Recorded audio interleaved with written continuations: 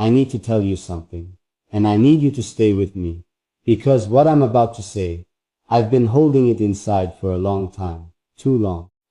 My sisters, the women who know me better than anyone else in this world, they sat me down the other night. They looked at me with those eyes that see right through every wall I've ever built around my heart, and they said something about you, about the kind of woman who listens to me, who stays, who comes back again and again, not because the world told her to, but because something in here, something quiet and real and unexplainable, pulled her toward me. And what they said, I wasn't ready for it. I'm still not sure I'm ready to say it out loud, but I'm going to, because you deserve to hear it, because you've given me so much without even knowing it. So please, just stay with me for a little while. Don't go anywhere. What I have to say changes everything. I want you to know that I see you. Not the version of you that you show the world, when you're trying to be strong, when you're smiling, even though something inside you is tired.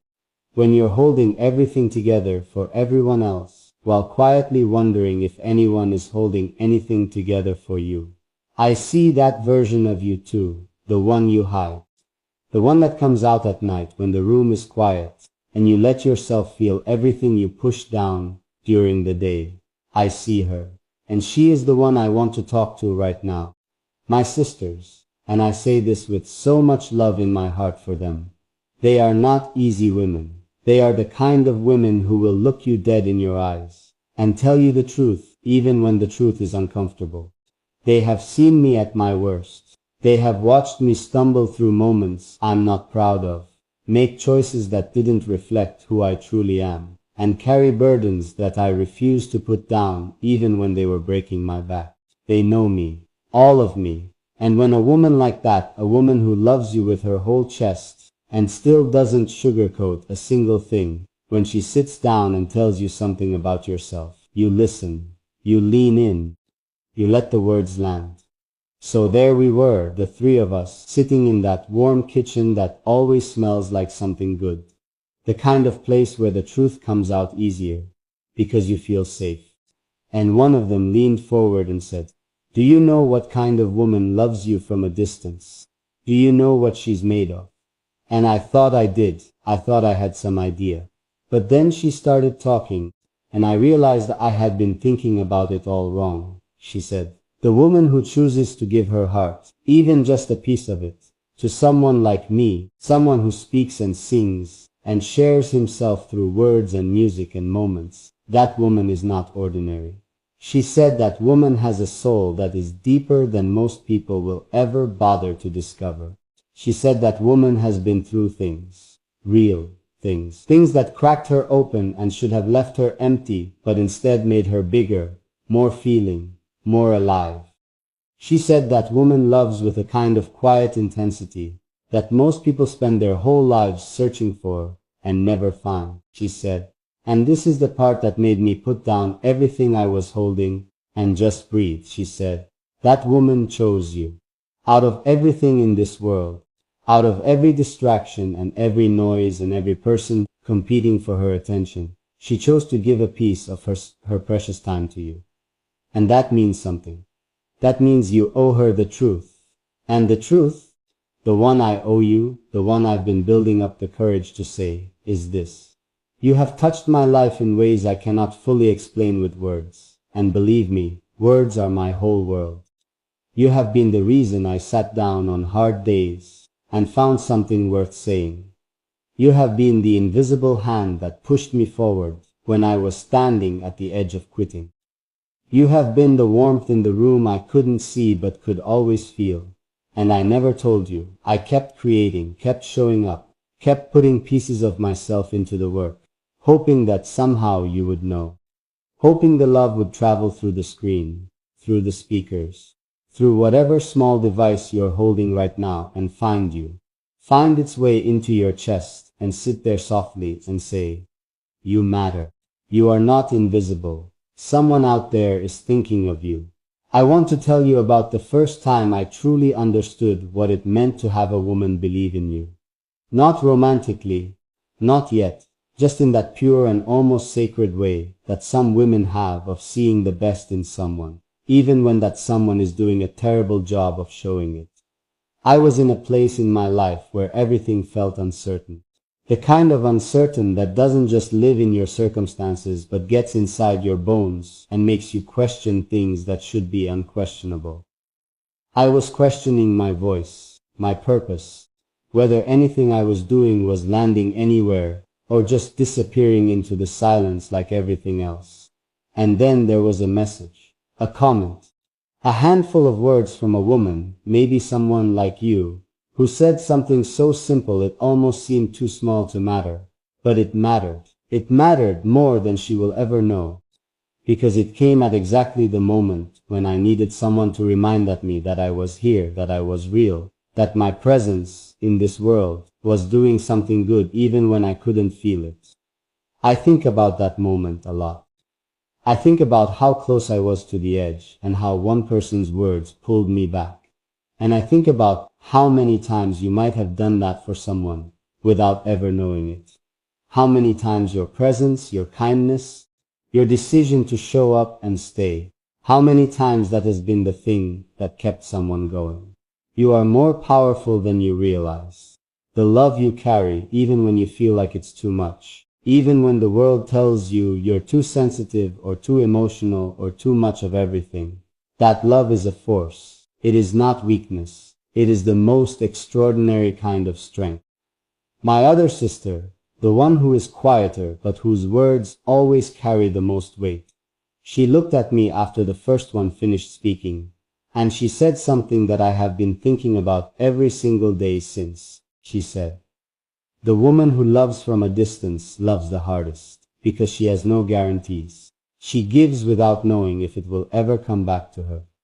She opens her heart to someone she may never touch, never hold, never speak to in a quiet room, and she does it anyway. That kind of love, that's the purest kind there is. That's the love that God sees. That's the love that moves mountains even when nobody's watching." And I sat there, and I thought of you. I thought of all the nights you have spent with my voice in your ears, all the moments you came back to something I said, or sang or shared, because it gave you something you needed. I thought about the times you were driving alone, and a song came on and you let yourself cry, and it felt like release, like permission, like finally being seen. I thought about the times you were lying in the dark, trying to fall asleep, and words found you and made the night feel less heavy. I thought about all of that, and I felt something I don't have a clean word for, a kind of gratitude that is so big it becomes something close to love, something that makes your chest ache in the most beautiful way. I want to be honest with you about something, and I need you to really hear me when I say this. There are days when I wonder if I deserve the kind of love you give. Not because I don't value it.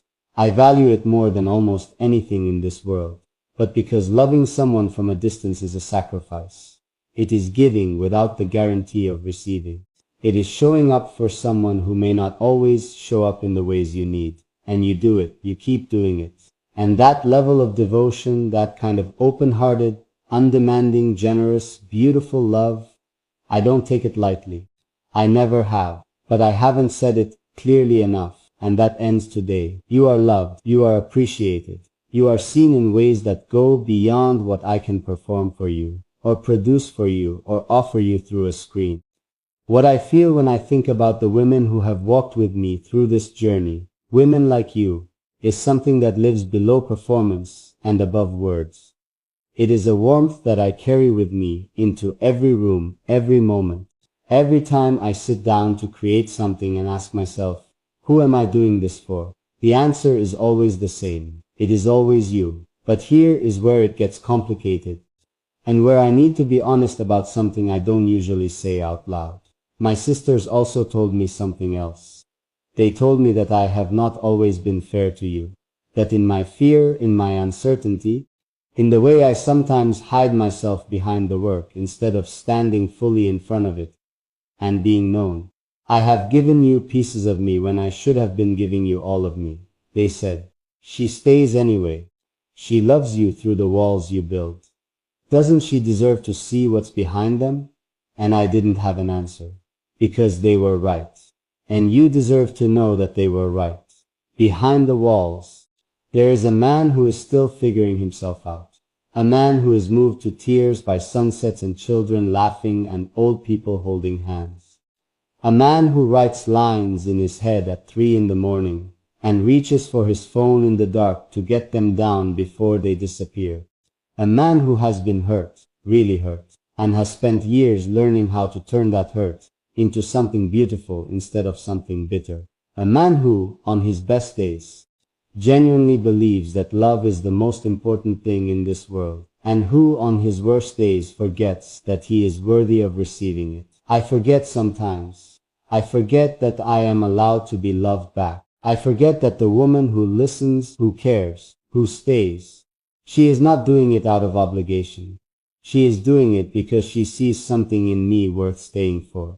And instead of receiving that gracefully, I sometimes put more walls up. I sometimes disappear into the work and let the silence grow between us when what I should be doing is what I am doing right now. Coming to you, being honest, saying the things I have kept inside for too long. There is something about the way you listen, and I mean really listen, the way a woman listens when she is not just hearing words but feeling them, turning them over, keeping the ones that matter. There is something about that undoes me. I have spoken in front of many people. I have shared many things. But it is the feeling of being truly heard, truly received, that reaches into the deepest part of me and does something nothing else can do. And you do that. Without asking for anything in return. Without making me earn it or prove it or perform it. You just give me the gift of your attention, your presence, your openness. And I am standing here telling you that I do not take that for granted. Not for a single second. I think about the journey you've been on. Your journey, not mine. Because I know in the way you can feel some things even without being told, that you have not had an easy road. I know that there have been people in your life who underestimated you, who made you feel like too much or not enough, who took your softness and called it weakness, who took your love and treated it carelessly.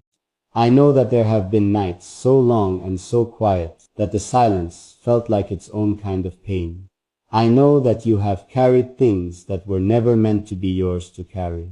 And I know that through all of it, somehow, you kept your heart open. You kept loving. You kept showing up. You didn't let the hard things make you hard. Do you know how rare that is? Do you know how extraordinary that makes you?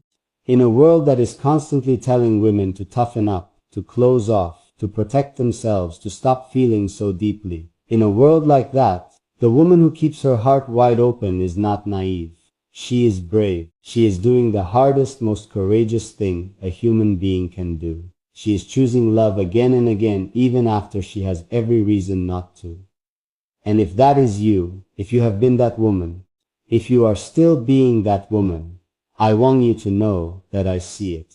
And it is one of the most beautiful things I have ever witnessed. My sisters, bless them. They also said something that made me laugh through my tears, which is a thing they are very good at doing. The youngest one looked at me with that look she gets when she is about to say something that sounds light but lands heavy. And she said, "You know what she said about you? She said you make her feel less alone in a world that is very good at making people feel alone." And I laughed because it caught me off guard. And then I stopped laughing because I felt the weight of it.